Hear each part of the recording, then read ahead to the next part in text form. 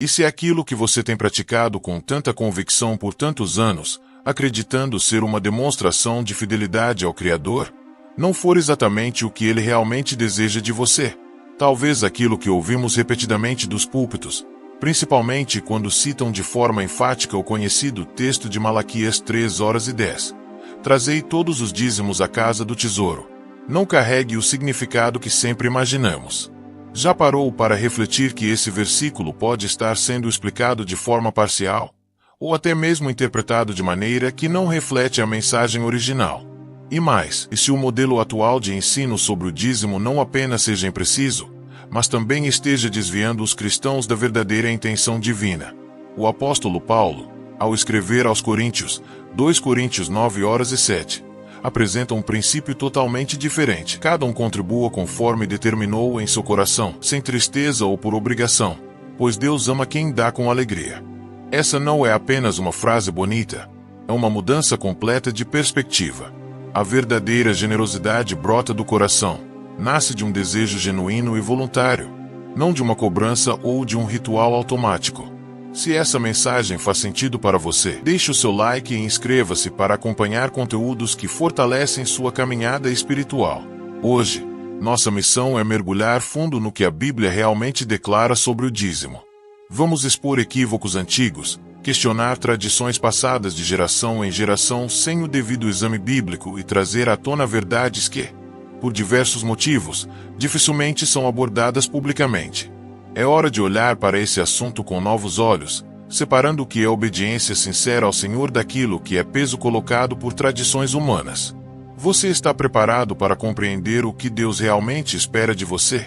Sem distorções nem manipulação. Durante décadas, a mesma passagem foi repetida nos templos como se fosse um lema: traga o dízimo e Deus derramará a bênção sem medida. Movidos por essa mensagem, inúmeros fiéis separam uma parte de sua renda mensal acreditando estar cumprindo um mandamento eterno, assim, garantindo prosperidade e proteção contra dificuldades financeiras.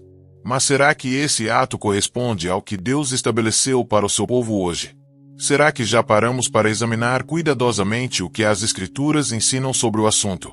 Em muitas comunidades, o dízimo é apresentado como uma exigência absoluta, válida para todos os tempos e culturas, sem qualquer adaptação ou análise de contexto. Torna-se uma regra inflexível, aplicada de forma universal, como se fosse um princípio imutável para toda a humanidade. No entanto, quando estudamos atentamente o texto bíblico, encontramos algo surpreendente que muitas vezes é ignorado. No Antigo Testamento, o dízimo não estava relacionado a dinheiro, salários ou lucros mensais. Tratava-se de um sistema agrícola, intimamente ligado à vida e à cultura de Israel como nação escolhida. Esse mandamento não foi direcionado a todos os povos, mas a um povo específico, com um estilo de vida e uma economia totalmente diferentes da nossa. Deus havia firmado com Israel um pacto que englobava todos os aspectos da existência: alimentação, vestuário, relacionamentos sociais, sim, também ofertas e contribuições. Em Levítico 27:30, a ordem é direta: o dízimo de tudo que vem da terra, tanto do grão como do fruto das árvores, pertence ao Senhor, é consagrado a Ele. Perceba, não há menção a moedas, ouro ou salários. Isso porque, naquela época, a economia girava em torno da agricultura e da criação de animais. O dízimo vinha da colheita e dos rebanhos, não de transferências bancárias ou notas de papel. Deuteronômio 14:22-23 deixa ainda mais claro: separe fielmente o dízimo de toda a produção do seu campo a cada ano e coma na presença do Senhor o dízimo do seu cereal, do vinho, do azeite e das primícias das suas manadas e rebanhos. Isso revela um detalhe pouco comentado: o próprio ofertante participava do consumo de parte desse dízimo, em um momento de celebração diante de Deus. É completamente diferente da prática moderna de entregar um valor fixo mensalmente. Pouca gente sabe, mas havia diferentes tipos de dízimo. Um era entregue aos levitas, que não possuíam terras e viviam do serviço no templo. Outro era reservado para as grandes celebrações religiosas, onde todo o povo se alegrava diante do Senhor. E havia ainda um dízimo trienal, destinado ao cuidado de órfãos, viúvas e estrangeiros, conforme instruído em Deuteronômio 14:28 e 29. Esse sistema não era apenas um mecanismo de contribuição, mas uma estrutura com objetivos espirituais, sociais e comunitários, manter o sustento dos ministros, incentivar a adoração alegre e suprir as necessidades dos mais vulneráveis. Era uma forma de praticar justiça e cuidado, e não simplesmente um meio institucional de arrecadação. Quando entendemos essa questão de maneira profunda, percebemos que não é coerente continuar afirmando que o dízimo bíblico equivale a separar 10% do salário em dinheiro todos os meses. Por mais difundida que essa ideia esteja, ela não se sustenta quando colocamos lado a lado o ensino das Escrituras e o contexto em que essas instruções foram dadas. A verdade é muito mais rica, com nuances históricas e espirituais que apontam para um sistema totalmente vinculado à realidade agrícola e cultural do antigo Israel, algo que está a quilômetros de distância dos modelos econômicos que usamos hoje. Já se perguntou se aquilo que muitos pregadores afirmam com tanta segurança sobre o dízimo realmente está em harmonia com a mensagem do novo pacto? Em inúmeras ocasiões, de forma enfática, é dito nos púlpitos que quem não entrega o dízimo está roubando a Deus, baseando-se em Malaquias 3:8. Porém, esse tipo de afirmação geralmente ignora o cenário histórico e a situação espiritual em que o texto foi proferido. Não era uma advertência direcionada à igreja que nasceu depois da ressurreição de Jesus, mas sim a um povo específico, Israel, que vivia sob a lei de Moisés, em uma terra prometida, com um templo físico em Jerusalém, sacerdotes levitas e um governo teocrático, uma realidade que simplesmente não existe mais. Aplicar um mandamento de um pacto antigo diretamente à igreja atual, sem considerar a transição para a graça, é uma distorção séria do ensino bíblico. Malaquias estava repreendendo o povo de Israel porque eles estavam falhando em trazer os produtos da terra, cereais, azeite, vinho, rebanhos, que eram a base de sustento dos levitas, do templo e das pessoas necessitadas. O ponto não era a ausência de dinheiro, até porque, na economia daquela época, moedas e valores monetários tinham papel secundário. Nós, porém, não somos Israel. Não vivemos sob aquele código legal. Não dependemos de sacrifícios de animais, nem de um sacerdócio humano que interceda por nós. Paulo é claro em Gálatas 3:24-25 ao explicar que a lei serviu como um tutor para conduzir até Cristo. Mas, depois que a fé chegou, já não estamos sob esse tutor. Isso significa que o sistema levítico, incluindo os dízimos prescritos para Israel, já cumpriu seu papel e foi encerrado na obra de Cristo. O livro de Hebreus também trata dessa transição. No capítulo 7, há referência ao momento em que Abraão deu o dízimo a Melquisedeque antes da lei, e esse fato é muitas vezes usado para justificar a prática obrigatória nos dias atuais.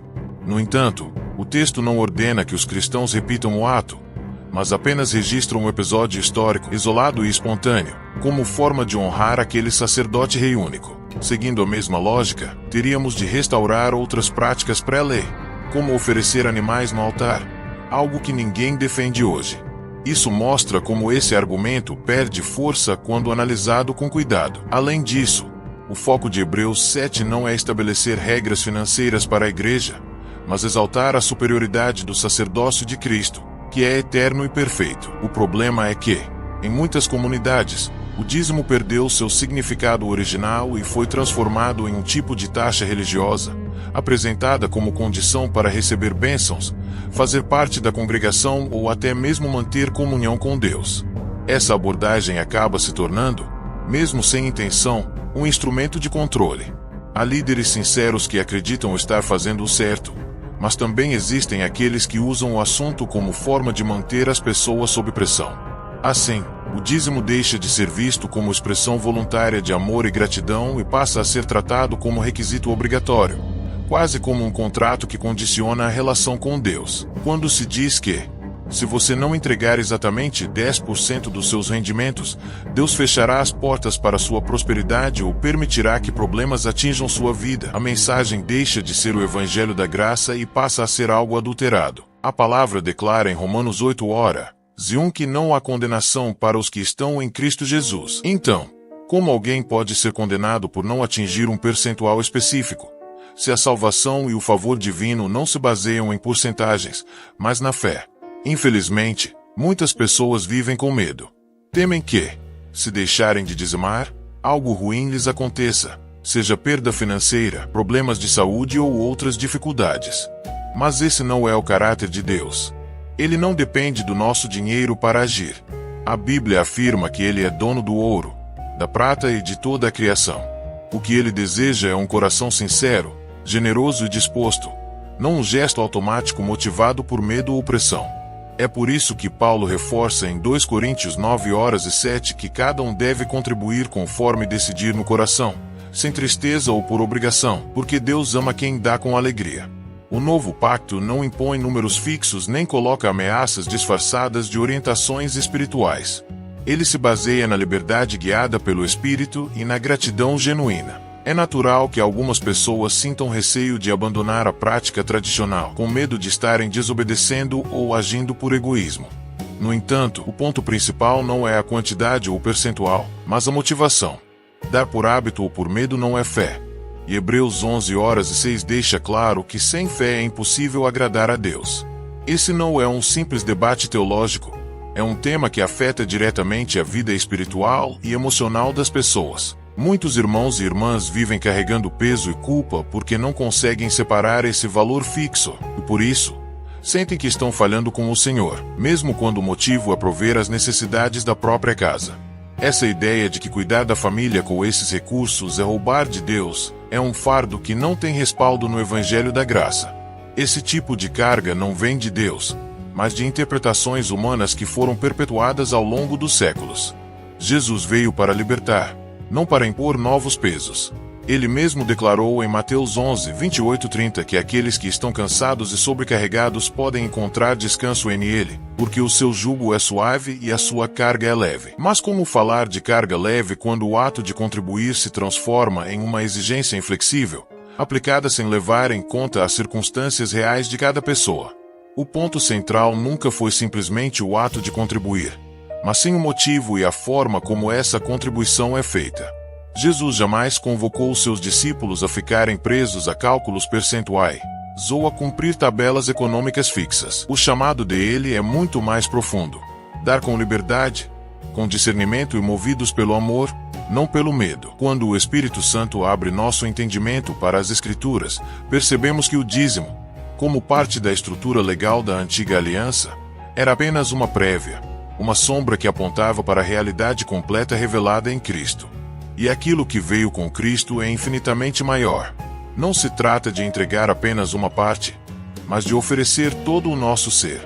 O próprio Jesus declarou: se alguém quer me seguir, negue-se a si mesmo, tome a sua cruz todos os dias e siga-me.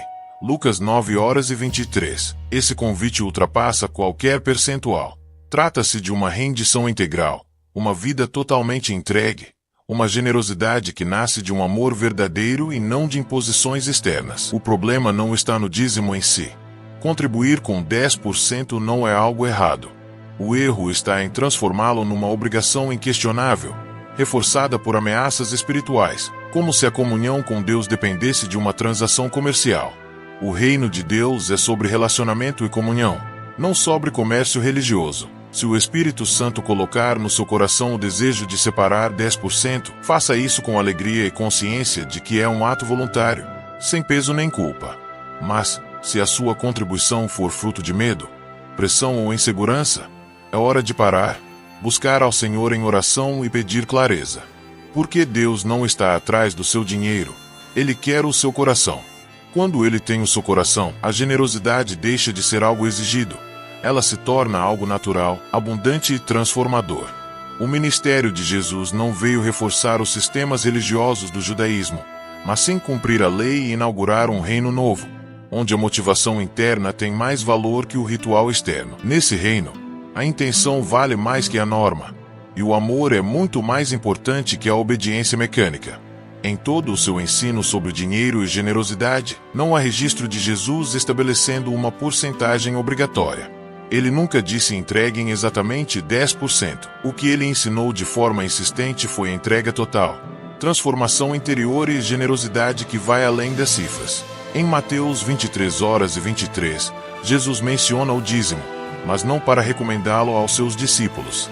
Na verdade, ele está repreendendo os fariseus. Ai de vocês, escribas e fariseus hipócritas! Vocês dão o dízimo da hortelã, do endro e do cominho, mas negligenciam o que é mais importante da lei: a justiça, a misericórdia e a fé. Ou seja, Jesus não estava endossando a prática para a igreja, mas denunciando líderes que se prendiam ao detalhe e esqueciam o essencial. É fundamental entender o contexto. Jesus estava falando com judeus ainda sob a lei de Moisés. Sua morte, ressurreição e o estabelecimento do novo pacto ainda não tinham acontecido. Portanto, essas palavras não são um mandamento para a igreja pós-Pentecostes, mas uma correção para um grupo específico que distorcia a aplicação da lei. Ao longo do seu ministério, Jesus desmantelou repetidamente a religiosidade superficial, mostrando que o reino de Deus não é sobre rituais engessados, mas sobre princípios eternos como amor, justiça e misericórdia. Ele mesmo declarou em Mateus 6:21: Onde estiver o seu tesouro, aí estará também o seu coração. Note que ele não fixa um percentual. O foco não estava no valor dado, mas no que essa entrega revelava sobre a vida interior da pessoa. Esse princípio vai muito além da exigência do dízimo. Afinal, alguém pode entregar 10% e ainda assim viver sem fé, sem amor e sem transformação. Mas dar como Jesus ensinou exige mudança profunda nas motivações, nas prioridades e no próprio coração. Por isso, em Lucas 12:33, ele faz um convite radical. Vendam o que têm e deem aos necessitados. Façam para vocês bolsas que não se desgastam, um tesouro nos céus que não se acaba. Isso não é uma fórmula matemática. É um estilo de vida completamente rendido a Deus. Alguns defendem que, como Jesus nunca revogou explicitamente o dízimo, ele permanece obrigatório. Mas essa interpretação ignora o propósito do ministério de Cristo. Ele não veio para repetir a lei, mas para cumpri-la e superá-la. No Sermão do Monte, repetidas vezes ele disse: Vocês ouviram o que foi dito, mas eu lhes digo. Essa expressão não reafirma o código antigo, ela o transcende, levando a um padrão mais elevado, espiritual e interno. O novo pacto não é uma extensão da lei mosaica, é uma realidade completamente nova, que transforma mente e coração para que a generosidade brote naturalmente, sem depender de ordens externas. Por isso, no reino de Deus, dar não é questão de cálculo ou porcentagem. A verdadeira generosidade não vem da pressão, mas do amor. Não é fruto de exigências, mas da ação do Espírito Santo. Um exemplo poderoso disso é a viúva pobre em Marcos 12:41-44. Enquanto os ricos ofertavam grandes quantias do que lhes sobrava, ela colocou apenas 2 pequenas moedas, tudo o que tinha para viver.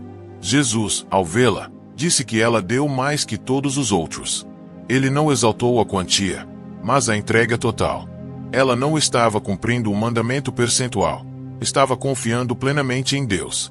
Isso não confirma o dízimo como regra para a igreja, mas revela um padrão muito mais profundo: entrega completa, confiança absoluta. Em Lucas 14:33, Jesus vai além e diz: Assim, todo aquele que não renunciar a tudo o que tem não pode ser meu discípulo. Ele não quer 10% do que possuímos. Ele deseja o todo. Não apenas bens, mas nosso tempo, nossos talentos, nossa vida inteira. É um chamado que não se resume a uma rotina religiosa, mas a uma transformação integral do ser. A verdadeira generosidade, segundo Jesus, não se limita à relação com Deus, ela também redefine nosso relacionamento com os outros. Não se trata apenas de dinheiro, mas também de tempo, talentos, atenção e misericórdia. Dar abundantemente significa reconhecer que tudo o que temos nos foi confiado por Deus e que nossa responsabilidade é administrar esses recursos de acordo com sua vontade. Em 2 Coríntios 9:7 lemos: Cada um contribua segundo propôs no coração, não com tristeza ou por necessidade, porque Deus ama a quem dá com alegria. Aqui, a alegria não nasce de um cálculo, mas de uma entrega voluntária, de um coração rendido que reconhece que a vida e os bens são instrumentos para a obra do reino. O Novo Testamento nos apresenta exemplos de generosidade radical. Os primeiros cristãos, em Atos 2:4, compartilhavam tudo, vendiam suas propriedades e colocavam os recursos à disposição dos necessitados, mas o faziam por convicção e amor, não por imposição legal. Sua generosidade não era medida por um percentual. Era a totalidade de seus recursos dedicada ao serviço do próximo e de Deus. Essa postura transcende números. tornando a generosidade um estilo de vida e um reflexo da graça que eles mesmos haviam recebido. Um coração transformado por Cristo entende que dar não é um sacrifício imposto, mas um privilégio que produz liberdade interior. Jesus libertou a fé da obrigação mecânica, abriu espaço para a criatividade, o discernimento e a alegria no ato de dar. Na prática, isso significa que a medida da generosidade não é definida por fórmulas nem comparações com outros, mas pela disposição do coração e pela resposta concreta à necessidade que Deus revela. O chamado de Jesus à entrega total não é um peso opressor, mas um convite a experimentar a plenitude da vida nele. Não se trata do quanto damos, mas do quanto de nós mesmos estamos dispostos a entregar, nossas prioridades, nossos medos, nosso tempo e nossos bens. Cada ato de generosidade, quando nasce da intimidade com Deus, se torna um ato de adoração e uma oportunidade de refletir seu caráter no mundo. Assim, o novo pacto nos ensina que o coração que dá livremente é um coração livre. Não está preso ao medo de perder bênçãos, nem à pressão de cumprir regras externas, está aberto à guia do Espírito, disposto a agir conforme a sabedoria divina em cada circunstância. Essa é a verdadeira riqueza que Jesus promete. Não acumulações materiais, mas corações transformados, vidas rendidas e um impacto eterno no reino de Deus. Em conclusão, o ensinamento de Jesus sobre dinheiro e generosidade é revolucionário porque muda a perspectiva do externo para o interno, do cálculo para a confiança, do dever para o amor. Não há percentual que substitua um coração entregue. Não há obrigação que substitua a liberdade guiada pelo Espírito. E não há cumprimento externo que iguale a plenitude da vida totalmente rendida a Cristo. O convite é claro: não dar o dízimo, mas entregar tudo. Não medir a doação, mas viver em entrega. Não cumprir a lei, mas encarnar o amor que a supera. Não se trata de quanto você dá, mas de quanto o seu coração foi transformado pelo amor de Cristo. Quando esse amor preenche todo o seu ser, dar deixa de ser um peso e se torna um privilégio alegre. Aqui se encontra uma das verdades mais claras, embora muitas vezes ignoradas, do Novo Testamento. Nem Jesus, nem Paulo, nem Pedro, nem qualquer um dos apóstolos ensinaram às igrejas gentias a prática do dízimo. Essa omissão é reveladora e não pode ser ignorada. Se o dízimo fosse essencial à vida cristã, teria sido mencionado repetidamente nas cartas apostólicas, mas não foi. Por quê? Porque sob a nova aliança, o sistema levítico do dízimo ficou para trás. Em seu lugar, nasceu uma forma nova e gloriosa de dar, livre, consciente, inspirada pelo Espírito e movida pela graça. O que antes era mandamento externo agora se tornou fruto de transformação interior. O Espírito Santo desperta no crente o desejo genuíno de compartilhar generosamente. Não por obrigação, mas pelo impulso do amor.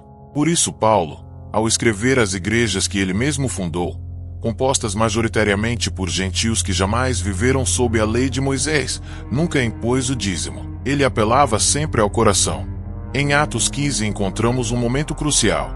Os apóstolos se reuniram em Jerusalém para decidir se os novos crentes gentios deveriam se submeter à lei mosaica. A discussão foi intensa, mas a conclusão foi clara e decisiva.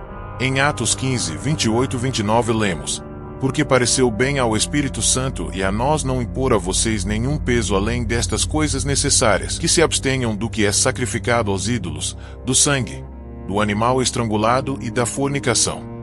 O dízimo não é mencionado. Não fazia parte das exigências básicas para os crentes. Se tivesse sido essencial para a nova vida em Cristo, certamente teria sido incluído. O que aparece repetidamente nas cartas do Novo Testamento é a exortação a dar generosamente, mas sem coerção.